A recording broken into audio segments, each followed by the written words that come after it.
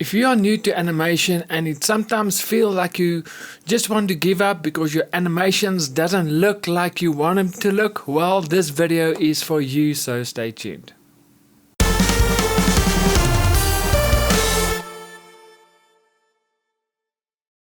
Hey guys, it's Ion here and welcome to my Start Animating YouTube channel. The channel that is specifically aimed at everyone that is new to animation, and if that is you, welcome, you are at the right place. So make sure you hit that subscribe button and also click on that little notification bell so that you can get notified every week when I upload a brand new video. And if you're new to animation and you don't know what you're gonna need to start out, well, I created a animation startup guide, and in this guide I list all the 2D animation software, 3D animation software, drawing tablets, as well as other software like storyboarding and script writing software, etc., with links so that you can go check out all of them and read up, see what are the prices, their specs, so that you know what you're going to need and also have all the information to make an informed decision on what will work best for you. So in the description box below, there's a link, just click there and I will send that guide to you. Now today I am going to talk to you guys about something that I think all of us, especially if you are a new animator, are struggling with. And sometimes you are working and it feels like your animations doesn't look professional, it doesn't look like you picture it the way it should look. And it's something I think we all struggle with.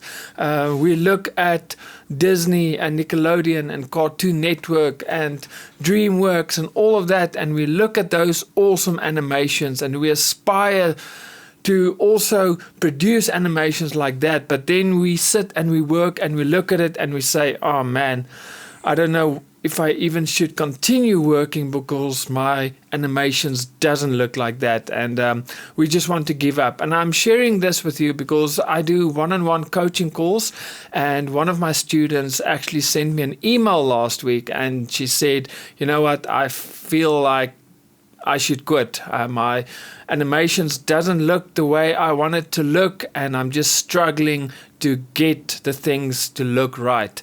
And when I read her email, I just, I knew how she felt because I felt like that when I started out. My animations also, I felt like it didn't look the way I wanted it to look.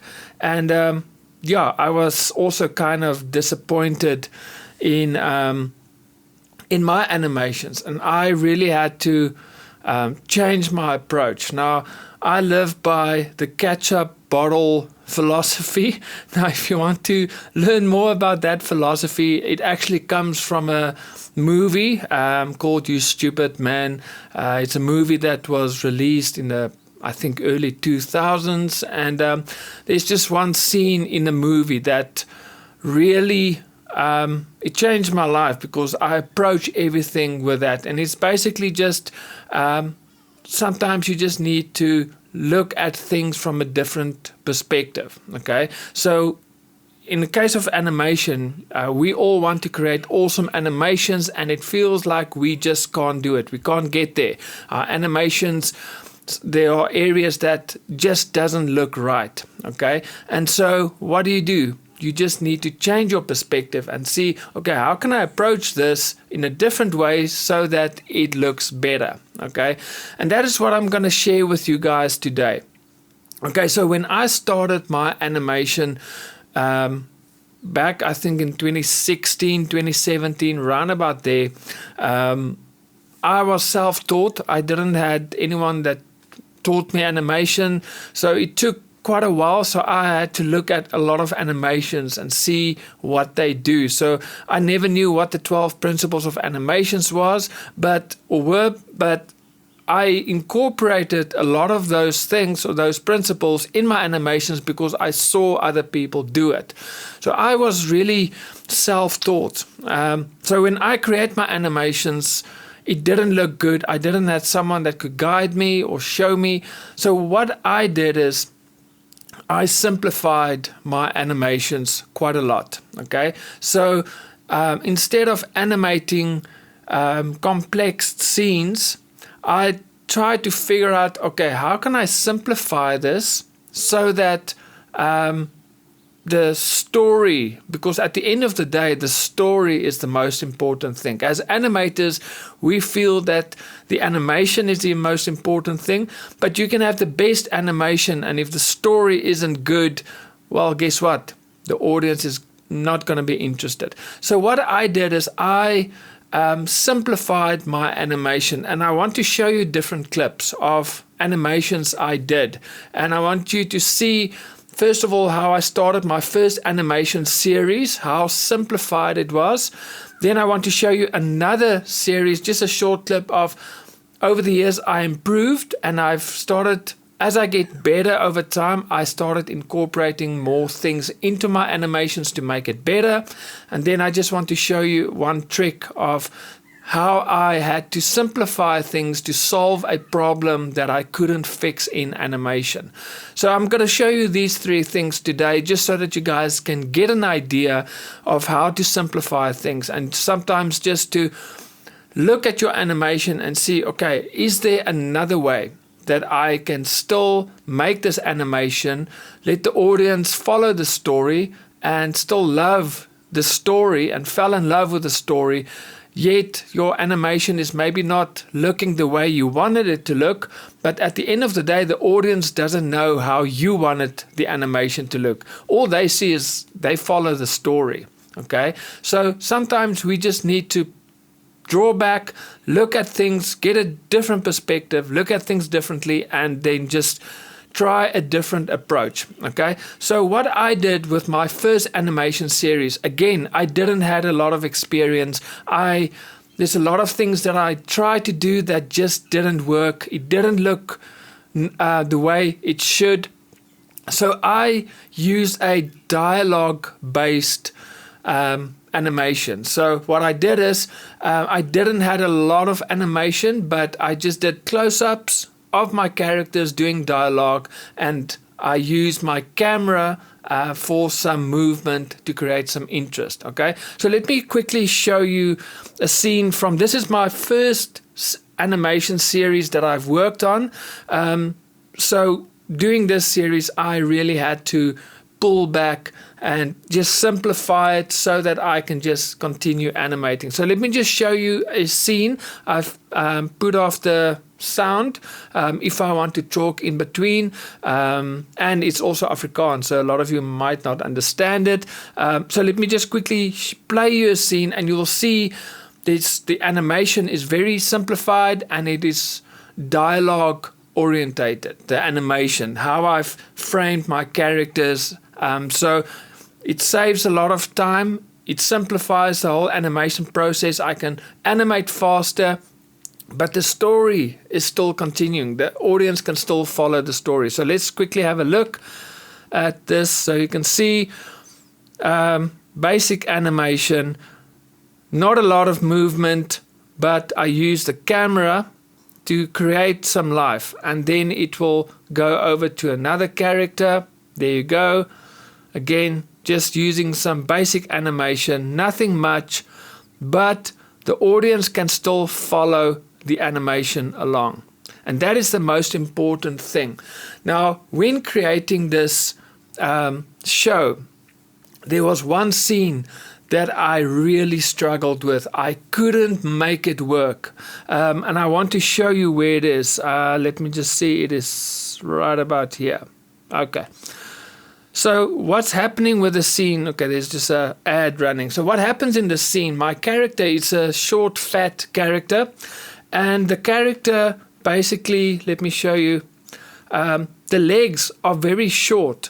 So when I rig the character, I can make it walk, but when you bend the character's legs by the knees, it doesn't look right, okay? So what happens is, in this scene, they are sitting on the ground and they're reading comic books, and then he needs to stand up and walk away, okay? Now, the standing up part, I couldn't make it look the way I wanted it to look, okay? It just, because of the legs, how the character is rigged, it just didn't look right. It didn't look natural, but I have to add the character standing up because the audience sees these two characters sitting, and I can't just skip to another camera and then the character all of a sudden is standing and he walks. So I had to create the illusion, and this is key. Always create an illusion, okay? This is the answer to your problems, to create illusions. I had to create the illusion of this character standing up and walking, and then walk out, okay? So let me quickly press play. So what happens is you will actually see this character standing up, and then the next camera clip shows he's walking away. So there's a camera clip of him sitting. Then there's going to be a different camera clip showing he's standing up. But the way I did it, it actually didn't show the legs where all the problem areas were. So let me press play. So he's talking. And soon there he stands up. And he is now going to walk away. Okay. And there he walks. You can see even the legs doesn't look natural. So what I did is, because the problem was with the legs, I couldn't show the legs. So I found a different way, the ketchup bottle philosophy, just have a different perspective and try and see if you can't do it in another way so that you can still create the illusion of the character standing up, and then the audience will look at this and they'll say, okay, they were sitting down, he's standing up, he's walking out. They don't see any problems. But what I did is I just bypassed a lot of frustration on my side. And so if you can really start to think of maybe camera placement to hide all the ugly stuff, the things that doesn't work, because it just saves you a lot of troubles. So let me go show you an example of an animation I did. Okay, so here, let me press play. So it is on keyframe 1425 if I'm going to go back. Okay, so let me just go back. This queen character, you can see she's sitting down, but the way the character is rigged, I can't bend her at the waist and then bend her at the knees. I can't do it with a dress. So what I had to do is, if I can select the character quickly and show you the sprites, I had two different sprites for her. So you can see there's a normal sprite where she's standing up there, and there's a sitting down. So I created two different sprites. So if she's sitting down, I use the one. If she's standing up, I'm using the other one. Okay, but the thing is, now she's sitting, and in the scene I want her to stand up. So there's no way for me to jump from one sprite to another, and it's not going to look right. Okay, so let me show you. Okay, if I'm going to press play, it's not going to look good. It's going to look ugly. You can't use it in your animation. So let me press play and you will see exactly what I mean. Okay, so breakfast room. You see, it doesn't look right. It's a very jumpy movement, and but so it doesn't look right. But if I put back the camera on, now see how it looks. So I created the illusion of her standing up, but obviously I just hide all the ugly parts that doesn't work. So sometimes you can use your camera to your advantage to hide the ugly things, and you don't have to stress and feel you can't animate, the things doesn't look the way it should. You can simply just hide it. Now, like I've mentioned, I've started animating in 2016, 2017. So I've been animating for a while now. And this is how I started. Just simplifying everything. Just start off with dialogue base and just add a little bit of animation here and there where I need to. If there's problem areas, I try and hide it with my camera placement. So I just really simplify everything. And the thing with this animation, this first animation, this animation that's so simplified actually was my first award that I won at the Real Illusion Animation at Work contest. So for me, I just made it so simplistic because I couldn't animate. I wasn't at that level. I wasn't experienced enough. So I just simplified it. So for me, it isn't where I wanted it to be. But the lesson that I've learned is the audience that looked at it, they don't see it that way. They don't see what I had in mind. As long as the story works, as long as they can follow along, they enjoyed the animation because obviously it won first prize. Okay, so they don't see what I wanted to do. They don't see the ugly parts that I was hiding. They don't see how I hid these the character's legs that doesn't work. Even this animation that I showed you of the Queen, that animation series also won a first prize, I think 2 years ago. And so the audience, as long as they enjoy the story, then that is your main focus. If there's problem areas that you can't fix, then hide it. And then the more you animate, the better you are going to get in two things. First of all, you're going to become a better animator, so you'll be able to incorporate more action. It's not just going to be dialogue based. There's going to be more action. And then that's the first one. And the second one is you're going to become better at problem solving. You know the limitations of your software, and you'll be able to do better problem solving. Let me just show you another animation. So this character, so I've been animating for a while, and so what I managed to do is I could incorporate more animation into the scene. So this is not just dialogue based. Let me show you here. So there she jumps, and now she walks to the character, and she's gonna jump on there. So those were things that I couldn't do 6, 7 years ago, but I can do it now. So over time I get better at animation, and I can start incorporating more of these scenes into my animations. But if you are new to animation, just simplify everything as much as you can, and always see how can you just use your camera to your advantage and hide the ugly parts, the parts that doesn't work. For example, with the Queen, the dress, it doesn't work, but I was able to hide it from the audience, and no one knows it. No one knows that the dress doesn't look the way it should. No one knows with that short character, the legs doesn't know, but they know the characters were sitting down, they were standing up, and they walked away. They know that they could follow the story. I just simplified everything, and I just create the illusion of what I want the audience to think is happening. So to create an illusion is key to problem solving. Okay, and then obviously simplify everything. Maybe start off with a dialogue based animation. Again, if I can just go back to this animation, you will see it is majority dialogue based. So let me just go to another scene. If I press play, you'll see it is just dialogue based. Nothing, there's not a lot of animation going on in these scenes, but it is dialogue, and as you can see, there's a lot of focus on camera movement, etc. And that is just a great way to start off with.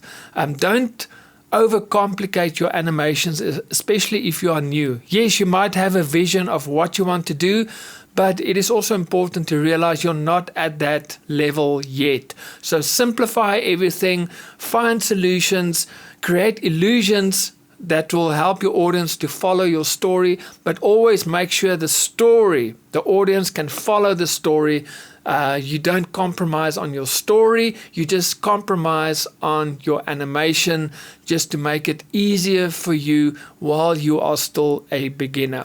So I hope this video was helpful. Because I just felt I had this struggle when I started out, and then one of my students were experienced the exact same thing. So I just thought, maybe there's other animators out there struggling as well and also want to quit and give up. And I hope this video was helpful so that you don't quit and continue becoming an animator and just start off at your level and grow it from there. So guys, that is it for me. I'll see you guys next week with another video. So God bless and happy animating.